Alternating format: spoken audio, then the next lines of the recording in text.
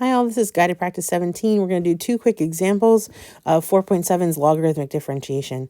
So remember that the two times that we use logarithmic differentiation is when we have a function that is really complicated with lots of product rules and quotient rules, which is what we have in number 1. And the second time we use it is when there are variables in both the base and the exponent of something. And that's what it looks like in number 2, because that x squared is to the power of the sine x.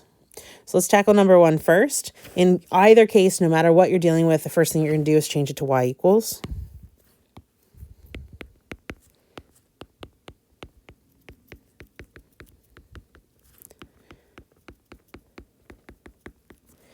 And once you start to get the hang of this, you can try to maybe skip a couple steps when you simplify or when you take the natural log, something like that. Second step is to take the natural log of both sides. So maybe you want to make it the natural log and change it to y all in the same step. That would be fine. For now, I'm going to try to write it all out. Some of it all out. All right, 4x cubed plus 2x plus 1 on the bottom, cubed. Okay, then we start pulling apart the right-hand side using our log rules. So we keep the natural log of y. And we can split the top two using addition and the bottom one with subtraction. So we're going to start with the natural log of x squared minus 7x plus 1. And if you're good enough, you can go ahead and pull those powers right down as well. So 1/3 out front plus, I think, did I forget a power? Nope. Just 14x squared plus x. Okay, so that's what comes next. Natural log of the second term in the numerator is 14 x squared plus x. And then minus the one that's on the bottom. So minus the power is 3. Natural log of 4x cubed plus 2x plus 1. And then I'm ready to go ahead and take the derivative. So if I take the derivative left to right, that's 1 over y, dy over dx equals, leave the 1/3. Derivative of natural log is 1 over whatever's there, times the derivative of what's inside, so 2x minus 7. Plus the middle one, natural log of all of that. To take the derivative, I get 1 over all of that, so 1 over 14x squared plus x, multiply by its derivative, so 28x plus 1. Minus, leave the 3 there, derivative of natural log is 1 over whatever's there, so 4x cubed plus 2x plus 1, and multiply by its derivative, 12x squared plus 2. Then we want to clean it up a little bit and multiply both sides by y. So we're taking all of this times y on both sides. That will give me dy over dx equals, let's see, 2x minus 7 all over 3 times x squared minus 7x plus 1. Plus 28x plus 1 all over 14x squared plus x. And lastly, minus 3 times 12x squared plus 2 all over 4x cubed plus 2x plus 1. And I am taking all of that and multiplying it by y. And then lastly, I'm going to go ahead and substitute for that y. So this is dy over dx equals 2x minus 7.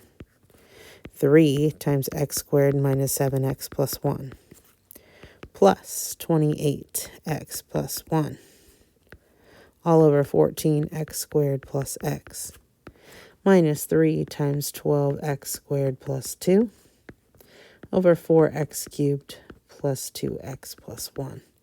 All of that times y, but y was initially x squared minus 7x plus 1 to the 1/3 times 14x squared plus x all over 4x cubed plus 2x plus 1 to the 3rd. And there's my final answer. And then the second one, you see we've got x's in both the exponent and the base, and so we're going to use logarithmic differentiation here. First thing we do is substitute the y for your f of x and take the natural log of both sides.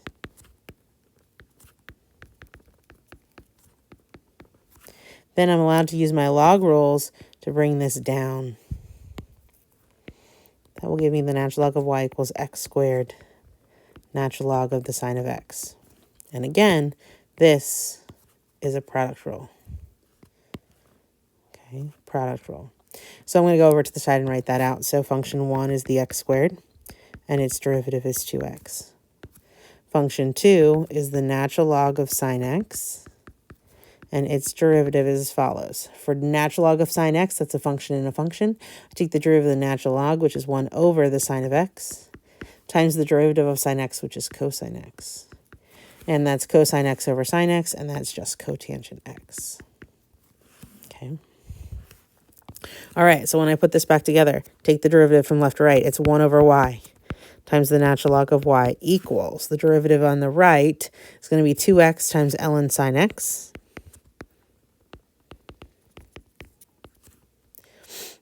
plus cotangent x times x squared. So x squared cotangent x. And I'm taking all of that. Oh. What I want to do next is multiply both sides by y to get my dy dx by itself. I'm sorry. Ooh, let's fix that. That was supposed to be 1 over y dy dx equals all of that. So when you multiply through by y, that gets our dy dx by itself. And that's just 2x ln of sine x plus x squared cotangent x times y. And then lastly, let's go ahead and rewrite that as 2x ln of sine x plus x squared cotangent x times y, which was originally the sine of x to the x squared.